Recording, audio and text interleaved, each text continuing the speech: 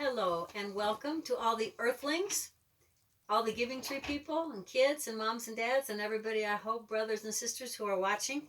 Today on this circle, this is Space Monday. So we're going to be doing what I promised you. We've learned about all the planets and the sun and how they all go around the sun and how the moon goes around Earth. So today, I promised you last week, I'm going to tell you this story and show you how the first men landed on the moon. I'm going to use some books, and then I'm going to use some models of the spacecraft. But we always start with a song. So let's start with I Love My School. To all of you, if you haven't had a chance yet today to watch Meg Bell's video that she made, she is Lyndon and Bricker's mom, and she made a video, and I wanted to thank her for this. It's beautiful. I hope everybody takes the time to watch it. And I wanted to thank the people who took time, the families and the teachers who took time to send in the picture to Meg. It's lovely. It's just very sweet. I think you'll enjoy it. So we have to start with I Love My School. Then we'll do This is School. Then I Love My Home. This is Mom and Dad. I think you'll remember this one. Then we'll do a quiet minute. I love my school. I love my school. It's a place where I can be always safe and free. I love my school. Let's do home. I love my home. I love my home. There's no place anywhere that ever could compare. I love my home. And Mom, with Mother's Day being yesterday, I hope all the moms had a great Mother's Day. I love my mom. I love my mom. She's cute as a mouse. She helped to build our house. I love my mom. And let's do Dad. This is the sign for Dad. I love my dad. I love my dad. My daddy, he's good looking. He's even good at cooking. I love my dad. I love my mom. I love my home. I love my school.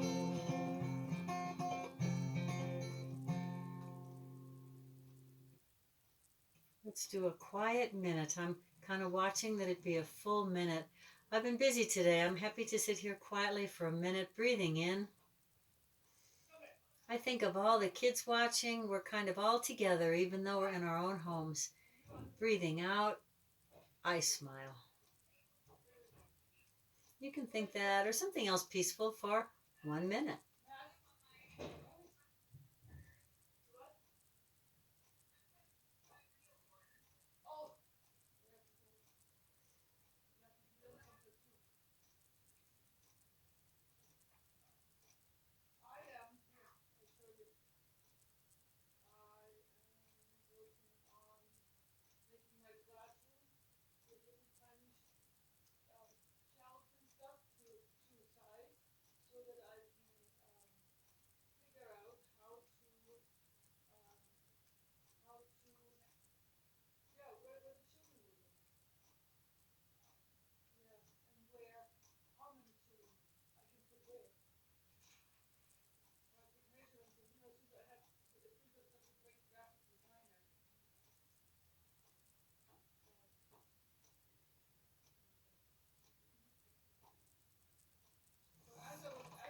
And that was a full minute. I hope you enjoyed that quiet. Might be the only quiet minute of your whole day.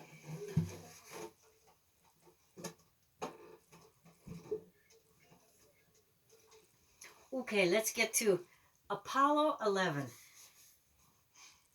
Every mission in space, a mission is like the job that remember the people that go into space, what we call them, women and men who put on a spacesuit and travel into space.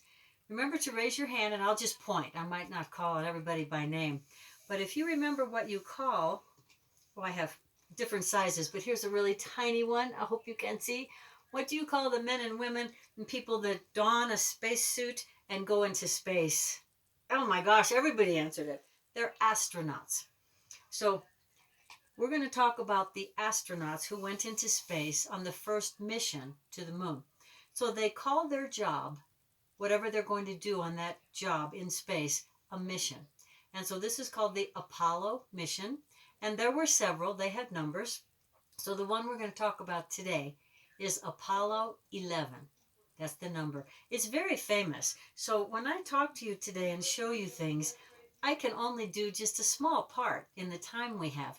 So I hope mostly you get excited about this because space travel, I'm excited about all things in space, but space travel, exploration, that to me is the most exciting. You can look online and find out everything with pictures of the rocket ships and the astronauts, what they look like, if you just look up Apollo 11, the moon landing. So I'm going to show you a few pictures with books, but then I'm going to tell you the story using the models that I have, because I think that might give you an even better idea if you really see what the model of the spacecraft looks like. Just to remind people, a model is like a toy. I put this one together. I put all these together and they with little glue and cement glue and things. And it gives people an idea what the spacecraft look like. But just remember, the spacecraft is much, much bigger. Big enough for real people to get in. This is just a toy model. So, our moon goes around the Earth. Probably everybody remembers that, I hope. Our moon is the only place that people have walked and landed except on our own planet Earth.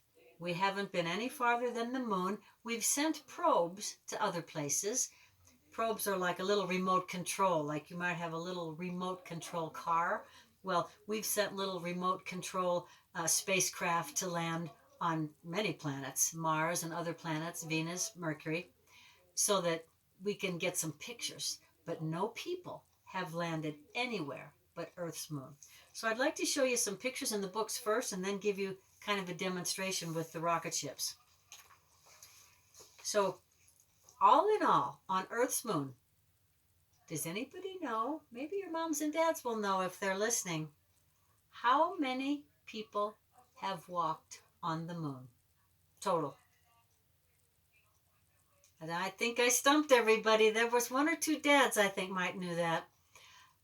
12 altogether. 12. Not all at the same time. 2 at a time would, when they landed on the moon, would get to walk on the moon. So there have been 12 people in 6 missions. The most, probably one of the most famous ones is the first one, Apollo 11. So I want to tell you just a little bit about it and the 3 people who landed. I always talk about how women and men can be astronauts, and that is true. But back then, this was 50 years ago, actually 51 years ago, that people first walked on the moon. So this was before your moms and dads were born, certainly before you were born. But 50 years ago, 51, this July, men walked on the moon. And back then, they didn't have lady astronauts. We have lots of women astronauts now. So if you're one of my girls listening, I hope you also would like to grow up to be an astronaut. But back then, it was pretty long ago, they only had men astronauts, that's true. So the 3 people that went to the moon, my astronaut, here's my little one, were named Neil Armstrong. You'll learn about this in school, I hope. They're teaching a lot about it. The first person to walk on the moon, his name was Neil Armstrong. And the second person to walk on the moon, his name was Buzz, kind of a fun name, Buzz Aldrin. And somebody had to be in the command and service module going around the moon to get them back from the surface. and his name was Michael Collins. So you'll probably hear about those people. I have a few pictures I'm going to show. I'm going to show them kind of close up so you can see. The part that landed on the moon, I'm going to show you pictures and then I'll show you the model. The part that actually landed on the moon is this picture right here. This is called the lunar lander. Sometimes people just call it LEM for short, which means Lunar Excursion Module. But it's the part of the spacecraft that took Buzz and Neil down to the surface of the moon. That's a good picture, I think, of the lunar lander. And I have the model, which I'll be showing you.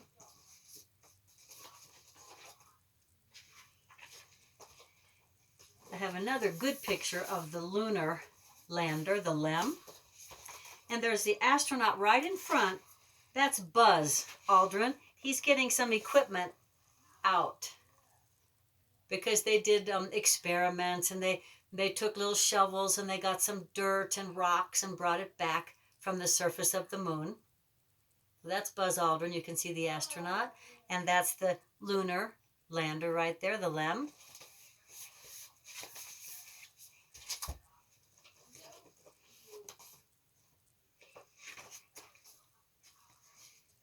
This lunar lander that I just showed you the picture of, here's another picture. The astronauts and the people that work in the space command centers, they like to name all the ships. And so the ship that landed on the moon, the part that landed on the moon, might be easier to remember than lunar module. It was called the Eagle. It was called the Eagle. So this is the Eagle.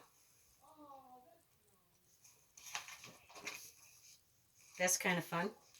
And the part that went around the moon, I have a model, but I'll show you the picture. The part that went around the moon right there, circling the moon, only had one astronaut in it. Michael Collins got to stay in the command module and go around the moon several times while Buzz and Neil landed on the surface. He's one of the few people, Michael Collins, who's seen the far side of the moon. We don't get to see it from Earth. We always see the same side. Did you know that?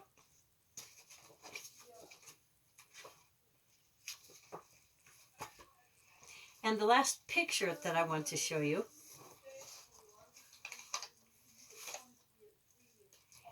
is also a picture of the Eagle. I know you all like pop-up books, and I really love pop-up books. I want to make to see that there's not a glare on it. So this shows the same thing. This shows the Eagle, the lunar module, the lunar lander. And I hope you can see on this picture, this whole outside part is covered with gold foil, almost like foil paper that your mom or dad might use in cooking. It's covered in gold foil. That's to protect it from the heat when there's landing, and it's also to protect it from little tiny rocks called meteorites when they're going through space. So this is the part that Neil and Buzz were in when they commanded it, and they flew it down to the surface of the moon and landed on the moon. And I'll show you how they took off from there.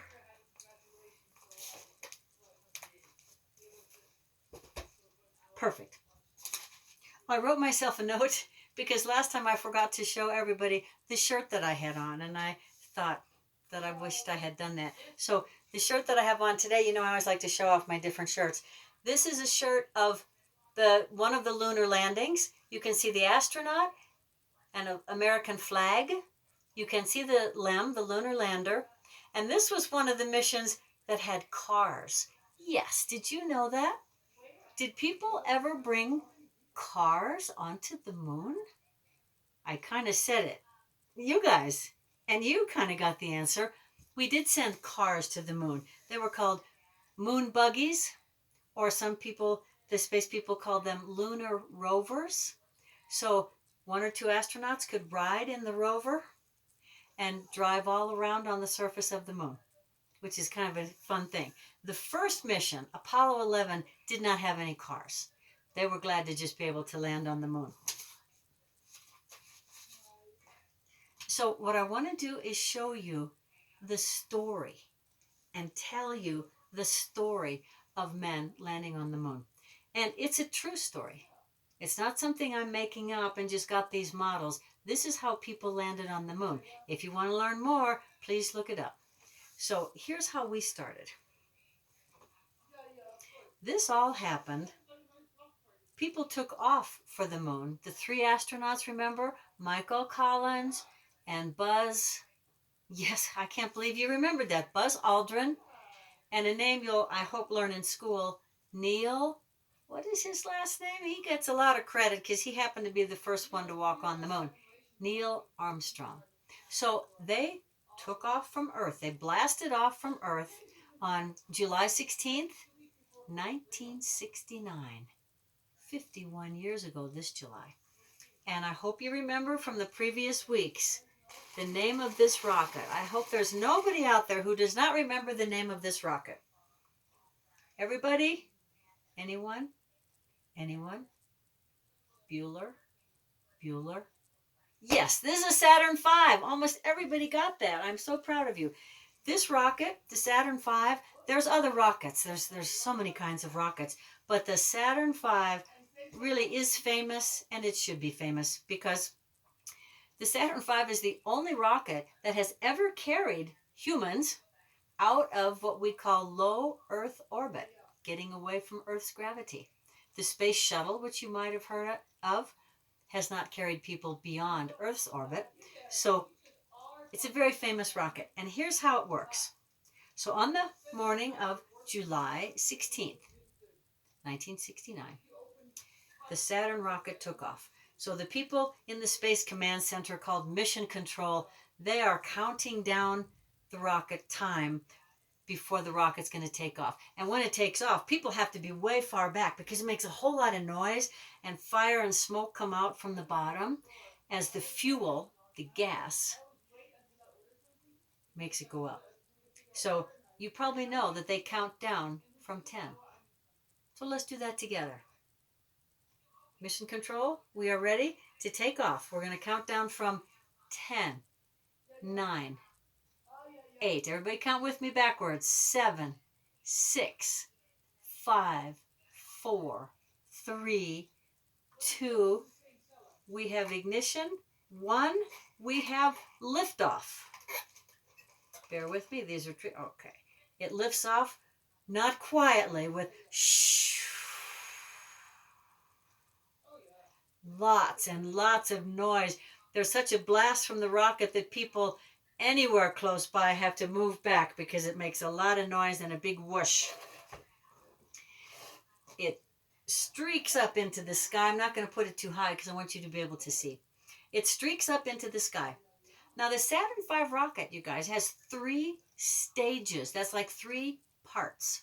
And most of these bottom parts, they have the fuel, they have the gas, because it takes a lot of oomph, a lot of power to get this heavy rocket up into space. Before I show the stages, though, where do you think? You can just point from where you're sitting, point to which part of the rocket has the astronauts. Remember, there's the 3 astronauts. Michael, Buzz, and Neil are on this rocket. Where are they? Remember, they are this big. Compared to the size of the rocket, they are this big. Oh, I think a few people knew that. Thank you for knowing that. Here's where the astronauts are. They're at the very top. This first part gets jettisoned. That means off into space. The astronauts are here.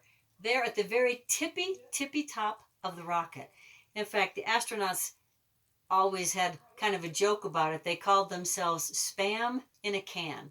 Spam's a kind of lunch meat and packed tightly in a can because they had to sit so close together. You know how you guys are always complaining on Circle? He's too close to me. She's sitting too close. I don't have room. Well, think of the astronauts. They were 3 big men crammed together in the top of the rocket. The rest of the rocket is just to get them there. So the rocket takes off. Stage 1 is this bottom stage. After the fuel is used up from the bottom stage, it jettisons off. That means they detach it like this. bottom part comes off. They don't need it anymore. They've used up the fuel. It goes away out into space. Only this is left. So we keep going, keep going. Astronauts way up here keep shooting off into space. When they don't need stage 2 anymore, it also gets jettisoned. Make sure I get this guy off here. Stage 2, up, don't need it anymore. Bye-bye, stage 2. Off also, out into space. Now, all we have left is stage 3. I left this open just so you could see. Stage 3 is very important. It has all the fuel and supplies, things that are going to continue to get this ship going. When they finally get out of Earth's orbit and they don't need stage 3 anymore, this opens up kind of like a flower. And out comes the vehicle that's going to go to the moon. Now, of course, it's much bigger than this. This also gets jettisoned. Don't need it anymore. Oh, almost. We have to get something out of it first. Sorry. So this comes out.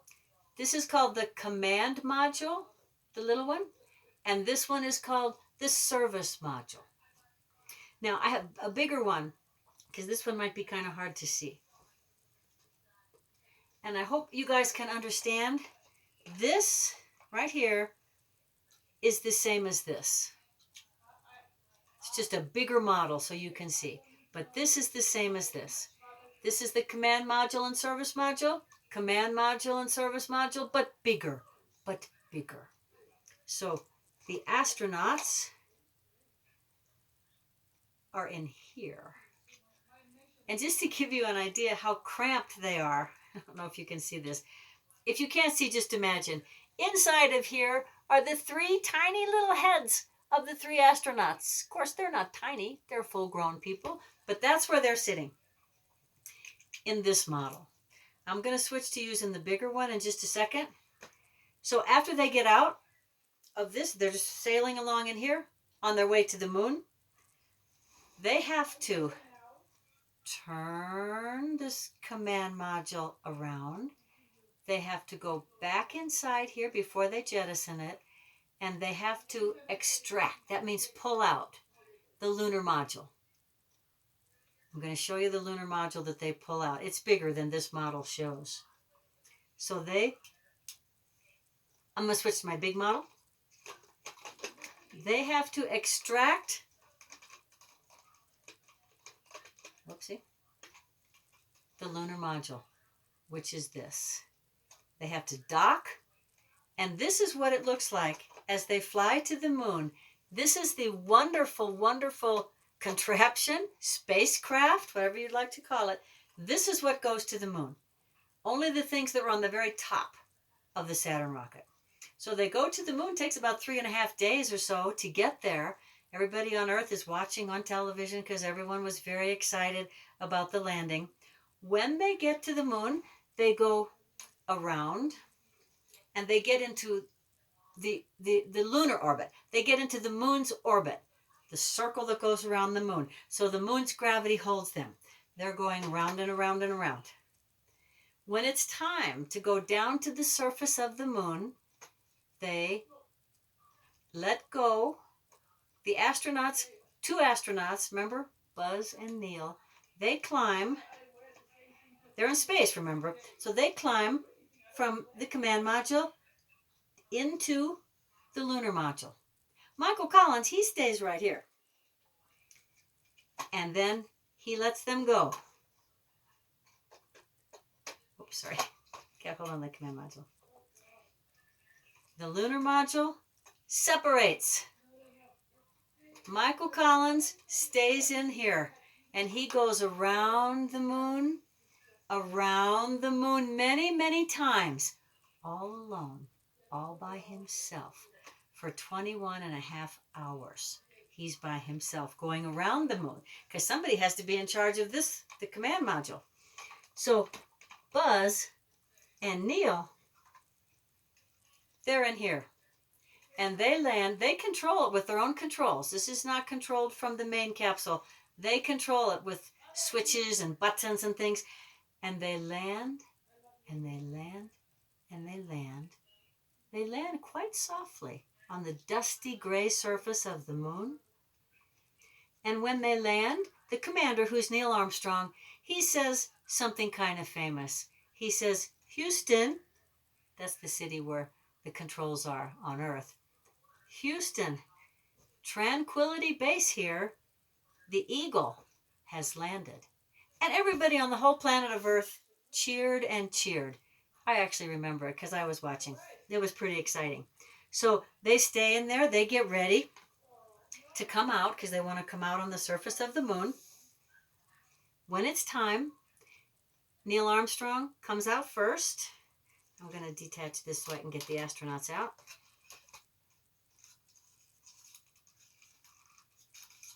Right. So they come out, the two of them. I'm going to use this one. So Neil comes out first, and everyone on Earth was watching. And he comes and he steps down the ladder, rung by rung. It seemed to take forever. It was in the evening and we were watching. And then he takes one step off and he lands on the surface of the moon. And everyone was waiting to see what he would say because it would be kind of famous. So he says, after he lands and takes the step off, he says, that's one small step for a man, one giant leap for mankind. Because he kind of went to the moon for all the people on Earth, not just Americans, but everybody. The whole world was excited. So Neil and Buzz, they do experiments. They don't have a lunar rover. They don't have a car. But they do a lot of experiments. They dig up some rocks. They bring some dirt back. They are on the surface of the moon for 21 and a half hours. 7 of those hours, you guys, they're sleeping. They go back into the capsule and they sleep for 7 hours. They were given 7 hours to sleep. What do you think? Do you think they could sleep very well on the surface of the moon? I don't know. No, I think you're right. I think they were probably a little bit too excited to actually go to sleep. So after they did their mission of 21 and a half hours, they get back in to the capsule. Both of them. And they're not able to take this part of the lander. It's too heavy. The only part that's going back up is this. So it's got its own rockets. They turn them on and they go back up. They leave this on the moon. This is still on the moon. And several others from all the other 5 missions are sitting up on the moon. Now they have to rendezvous. They have to get back with Michael Collins. Remember Michael? He's going around and around the moon safely in the command module. So, the command module is called Columbia. Sorry, I didn't tell you the name. So Eagle goes up into the air and has to find the command module, has to find Michael Collins. Then they have to dock. So the command module and Eagle dock. That means they attach, they hook up. Like that, there's a click. Once they hook up, the astronauts climb from Eagle into the command module. They climb in. Once they've climbed in, they don't need the command. They need the command module, but they don't need Eagle anymore. So Eagle gets jettisoned. Bye-bye, Eagle. Eagle goes off, actually back down to the moon. Once they get organized and are ready, they head back toward Earth. Takes about another 3.5 days, I think. When they don't need the command, they need the command module. When they don't need the service module anymore, they jettison the service module and it goes off into space. All that comes. Here's where the astronauts are. I just have one in there, but there would be 3. So the 3 astronauts come back in the command module. And you're probably already thinking, I can just hear all the hundreds of questions you guys are asking. How does this land? Does this land at an airport? I don't see any wheels. Who knows how it lands? Did anybody ever see any pictures? You have to look this up if you have not seen pictures. Two persons said it. Thank you. It lands in the ocean. A parachute comes out so it doesn't crash. It very gently comes back down, lands in the ocean, and a ship, a big ship from the Navy, comes and gets the astronauts out. Gets 3 astronauts out, brings them up in a helicopter usually, onto the ship, brings them back to Earth, where everyone cheers and is so happy that they are back. That is the mission of Apollo 11. I hope that just kind of whets your appetite. That means gets you excited about being an astronaut or going into space. Because that's all the time that I have to show you today. And I know that was kind of a quick telling of Apollo 11. There's a lot of good children's books you can get from the library, or you can get that will tell you in more detail, and it will show you the pictures of the Saturn V, how it comes apart, and all the modules and how they come apart, and all the stages, and how clever it was for humans to be able to go to the moon. Let's just end with singing I Love My School. I won't use the guitar. I don't want to take up too much time. I know we kind of try to keep it to about 30 minutes. So I'll do the sign language with you. So we do, I love my school. I love my school. It's a place where I can be always safe and free. I love my school. And I love all of you. Thank you for watching. Thank you for listening.